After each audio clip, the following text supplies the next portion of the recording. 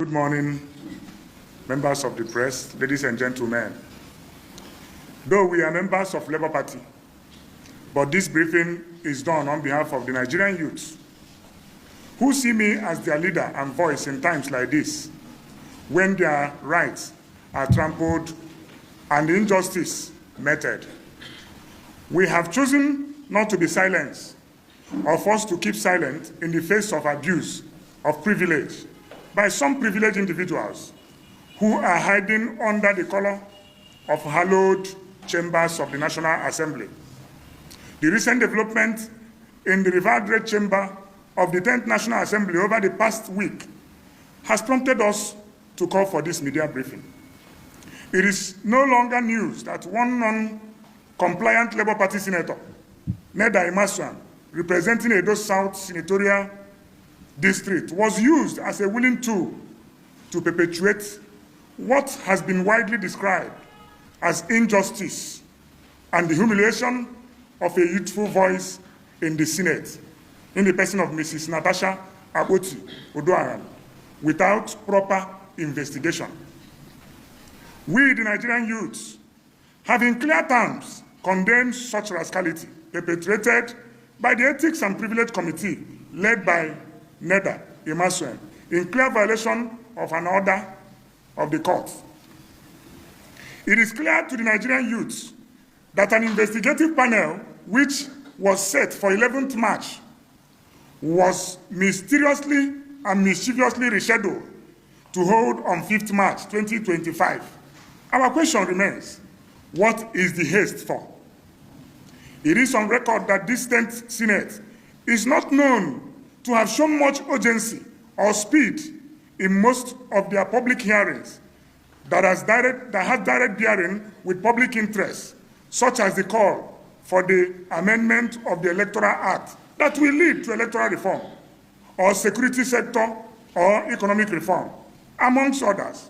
But they were in a haste to suspend an opposition voice using a readily available, unseasoned opposition senator who has never added any value to the Labour Party since he was elected, and his activities in National Assembly has not in any way reflected the ideologies and philosophies of Labour Party. Given such a hasty decision to suspend Natasha, Senator Neda Imaswan and his subsequent posturing afterward has no doubt left everyone in shock about the possible dislike for womanfolk, a character which may be construed as being a misogynist.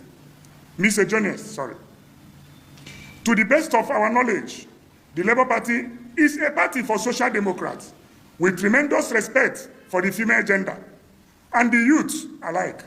It is also believes so much in the principles of fair hearing, rule of law, and gender parity. We therefore make the following demands. 1. The 10th Senate should immediately resign the suspension of Senator Natasha Odoaran and constitute a morally and mentally balanced committee to do proper investigative hearing of the matter to salvage the already tainted image of the 10th Senate. We demand that Senator Neda Imaswan be recused from the reconstituted committee, and I think we also recommend to the Labour Party to consider suspending him. 2, the Nigerian youths are by this statement calling on the people of Edo South to immediately commence a recall process for Senator Neda Imaswan for his poor representation and conduct at the Senate. On the matter concerning the distinguished Senator Natasha, it has been observed that Senator Imaswan has not satisfactorily applied internationally accepted principles of fair hearing, making a recommendation which led to the controversial suspension of distinguished Senator Natasha Odoaran. 3, we urge President Bola Tinubu to save the face of Nigeria in the Committee of Nations by speaking up against the humiliation suffered by the female gender in the Nigerian politics, of which his wife, as a serving senator in the 9th Assembly, also faced. Mr. President must ensure that his government work to preserve the democratic principles of fairness and rule of law. 4, the Nigerian youth are also demanding that the President of the Senate, Senator Godswill Akpabio, must present himself for investigation by an unbiased arm of government. He cannot continue to use his privileged position to frustrate the call for justice by the victim or any other victim. Senator Natasha, in this case, a situation where one man will be a judge in his own matter, like Senator Akpabio did, must be denounced and condemned. Under no circumstance should Akpabio be the one sitting that day to suspend Senator Natasha. In conclusion, we shall continue to speak despite the intimidations, despite the threatening political environment in Nigeria, orchestrated by the current ruling oligarchy. The rules of the Senate is not stronger than the Constitution of the Federal Republic of Nigeria, which made it clear that there must be principle of fair hearing, and it must be applied in every matter concerning citizens of Nigeria, be it a common citizen, be it a senator, be it a president, be it a governor. There must be an application of that principle of fair hearing. If you can recall, the committee was set out to meet on 11th of March. What is the haste, as I stated in this document? What is the haste of fast-tracking it backwards to become on the 5th of March? And you tell me that the Senate President does not have hand in who and in what the Ethics and Privilege Committee is doing. I want to assure you that it is the Senate President that is the chairman of Senate and the chairman of National Assembly.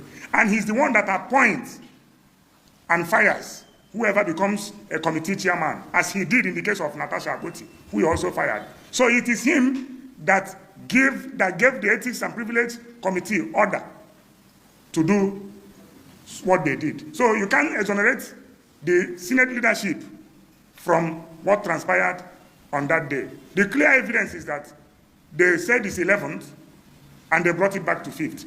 And I said here, Nigerians have been asking for electoral reform. Nigerians have been asking for police reform, army reform, economic reform. There is no current bill that is undergoing speedy public hearing in the National Assembly today to address these issues.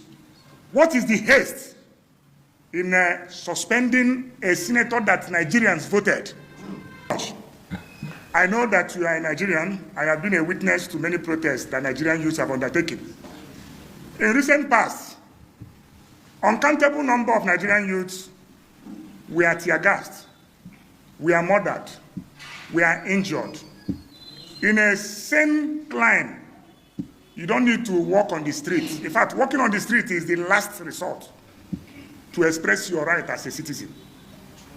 What we are doing is what is accepted internationally, to speak out. And we have spoken out. I cannot risk the life of these youth that are following me to be tear-gassed. We don't have the power, we don't have the financial muscle, we don't have the energy to face the Nigerian police, which are already becoming tools in the hands of these politicians. Thank you. Well, I'm sure that my name is not a new name to you in issues of national politics and national polity. And if you can do a little background check, I am not one of those that can be used to do a hatchet job. The press conference you are witnessing this morning is an expression, sincere expression of what is happening both in the party and in the National Assembly. We elected the NEDA from the platform of the Labour Party, but totally he has deviated from the principles, from the philosophies that guides the Labour Party.